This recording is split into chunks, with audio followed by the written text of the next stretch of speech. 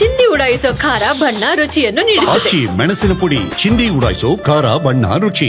ಅವರ ಜೊತೆಗಿದ್ದಂಥವ್ರು ಎಲ್ಲರೂ ಹೇಗಿದ್ದಾರೆ, ಎಷ್ಟು ಜನಕ್ಕೆ ಈ ತರದ ಸಮಸ್ಯೆ ಆಗಿತ್ತಂತೆ ಅಲ್ಲಿ ಅಕ್ಕಪಕ್ಕ ಇರೋರಿಗೆ ಅವರಿದ್ದ ಸ್ಥಳದಲ್ಲಿ ಅನ್ನೋಂಥದ್ದು? ಅವ್ರು 3 ಜನ ಬಗ್ಗೆ ಮಾತ್ರ ನಮಗೆ ಮಾಹಿತಿ ಗೊತ್ತಿದೆ. ಇನ್ನೊಬ್ಬರ ಬಗ್ಗೆ ಅವ್ರಿಗೂ ಗೊತ್ತಿಲ್ಲ. ಯಾಕಂದ್ರೆ ಒಬ್ರು ತಿರ್ಕೊಂಡ್ಬಿಟ್ಟಿದ್ದಾರೆ, ಇನ್ನು ಇಬ್ಬರಿದ್ರು. ಅವ್ರೂ ಸ್ವಲ್ಪ ಗಾಬರಿಯಲ್ಲಿ ಅವರಿಗೆ ಎಕ್ಸ್ಪ್ಲೈನ್ ಮಾಡೋಕ್ಕಾಗ್ತಾ ಇಲ್ಲ, ಏನು ನಡೀತಾ ಇತ್ತು ಅಂತ ಹೇಳೋಕ್ಕಾಗ್ತಾ ಇಲ್ಲ. ಸೊ ಅವರು ಟ್ರೀಟ್ಮೆಂಟ್ ಆಗಿ ಈಗ ಮನೆಗೆ ಕರ್ಕೊಂಡು ಹೋಗಿದ್ವಿ.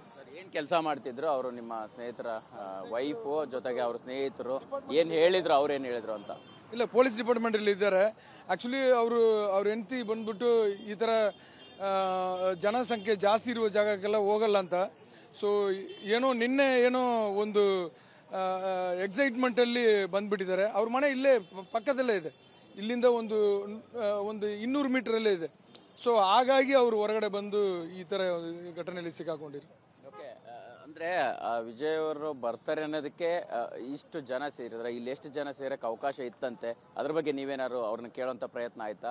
ಅವ್ರು ಬಂದ ತಕ್ಷಣನೇ ಯಾಕೆ ಆ ಥರ ಕ್ರೌಡ್ ಕ್ರಿಯೇಟ್ ಆಯಿತು ಅನ್ನೋಂಥದ್ದು ಏನಾದ್ರು ಹೇಳಿದ್ರ ಅಂತ? ನಾರ್ಮಲ್ ಆಗಿ ವಿಜಯ್ ಅವ್ರ ಮೇಲೆ ಗ್ರೇಸ್ ಇದೆ. ಸೊ ಹಾಗಾಗಿ ಜನಗಳು ಬರ್ತಾರೆ. ಇದಕ್ಕಿಂತ ಮುಂಚೆನೂ ನೋಡಿದರೆ ಬೇರೆ ಬೇರೆ ಕಡೆ ಎಲ್ಲ ಅವರು ಕಾಂಟ್ಯಾಕ್ಟ್ ಮಾಡಿದ್ದಾರೆ ಈ ಥರ ಒಂದು ಪ್ರೋಗ್ರಾಮ್ಸ್. ಸೊ ಆವಾಗ ತುಂಬ ಜನ ಸೇರಿದ್ದಾರೆ, ಲಕ್ಷಾಂತರ ಜನ ಸೇರಿದ್ದಾರೆ. ಸೊ ಇದು ಅನ್ಎಕ್ಸ್ಪೆಕ್ಟೆಡ್ ಆಗಿ ಆಗಿಬಿಟ್ಟಿದೆ ಅಂತಲೇ ನಾವು ಇದು ಮಾಡಬೇಕು ಸರ್. ಯಾಕಂದರೆ ಈಗ ನನಗೆ ಏನಂತ ಹೇಳಿದ್ರೆ, ನನ್ನ ಫ್ರೆಂಡ್ ಹೆಂಡ್ತಿ ಅವರು ಬಂದ್ಬಿಟ್ಟು ಭಾಳ ಚಿಕ್ಕ ವಯಸ್ಸಲ್ಲಿ ಮಕ್ಕಳನ್ನೆಲ್ಲ ಬಿಟ್ಟು ಹೋಗಿಬಿಟ್ಟಿದ್ದಾರೆ ಅಂತಬಿಟ್ಟು ನಮ್ಗೆ ನೋವಿದೆ ಸರ್, ಅಷ್ಟೇ. ಅದಾದಮೇಲೆ ಬೇರೆ ಯಾವುದು ಇದ್ರ ಬಗ್ಗೆ ಜಾಸ್ತಿ ಮಾತಾಡೋಕ್ಕೆ ನಮಗೆ ಇದಿಲ್ಲ ಸರ್. ಓಕೆ, ಅಂದರೆ ಈಗ ಇಲ್ಲಿ ಸ್ಪಾಟಲ್ಲಿ ಇದ್ದವರು ಮತ್ತೆ ಬೇರೆ ಯಾರಾದರೂ ನಿಮಗೆ ಅಲ್ಲಿ ಆಸ್ಪತ್ರೆಯಲ್ಲಿ ಹೋದಾಗ ಏನು ಹೇಳಿದರು, ಏನು ಮಾತನಾಡ್ತಾ ಇದ್ರು ಅನ್ನೋಂಥದ್ದು? ಯಾವ ಆಸ್ಪತ್ರೆಯಲ್ಲಿ ಅವರು ಡೆತ್ ಆದರು ಅನ್ನೋಂಥದ್ದು ಸರ್? ಈಗ ಗೌರ್ಮೆಂಟ್ ಆಸ್ಪತ್ರೆಯಲ್ಲೇ ಆಗಿರೋದು. ಎಲ್ಲರೂ ಅಲ್ಲೇ ತಂದು ಟ್ರೀಟ್ಮೆಂಟ್ಗೆ ತಂದಿದ್ದಾರೆ. ಎಲ್ಲರೂ ಅವರು ತಂದೆ ಕೆಲವ್ರಿಗೆ ನೋಡಿದರೆ ಗಂಡ ತೀರ್ಕೊಂಡ್ಬಿಟ್ಟಿದ್ದಾರೆ, ಯಜಮಾನರು ತೀರ್ಕೊಂಡ್ಬಿಟ್ಟಿದ್ದಾರೆ. ಕೆಲವ್ರಿಗೂ ಮಕ್ಕಳು ಇದಾಗ್ಬಿಟ್ಟಿದೆ.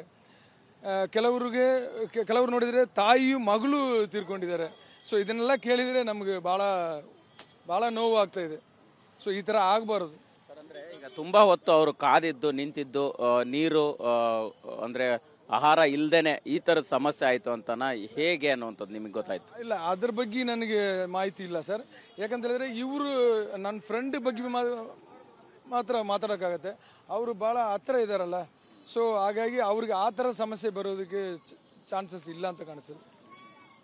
ಅವರು ಎಲ್ಲಿದ್ರಂತೆ ಎಕ್ಸಾಕ್ಟ್ ಆಗಿ ಎಲ್ಲಿದ್ರಂತೆ? ಇಲ್ಲಿಂದ ಎಷ್ಟು ದೂರ ಆಗುತ್ತೆ ಈ ಜಾಗದಿಂದ ಅವರು ಇದ್ದಂಥದ್ದು? ಮನೆ ಕೇಳ್ತಾ ಇದ್ರೆ ಮನೆ ಒಂದು 200-250 ಮೀಟರ್ ಇರುತ್ತೆ ಅಷ್ಟೇ. ಅಲ್ಲೇ ಮನೆ ಹತ್ರ ಹೊರಗಡೆ ಬಂದಿರೋ?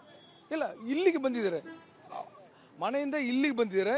ಈ ಜಾಗದಲ್ಲೇ ಅವ್ರಿಗೆ ಇದು ಕಾಲಲ್ಲಿ ವಯರ್ ಇದೆಯಲ್ಲ, ಯಾವುದೋ ಒಂದು ವಯರ್ ಇದಾಗಿ ಕೆಳಗಡೆ ಬಿದ್ದುಬಿಟ್ಟಿದೆ.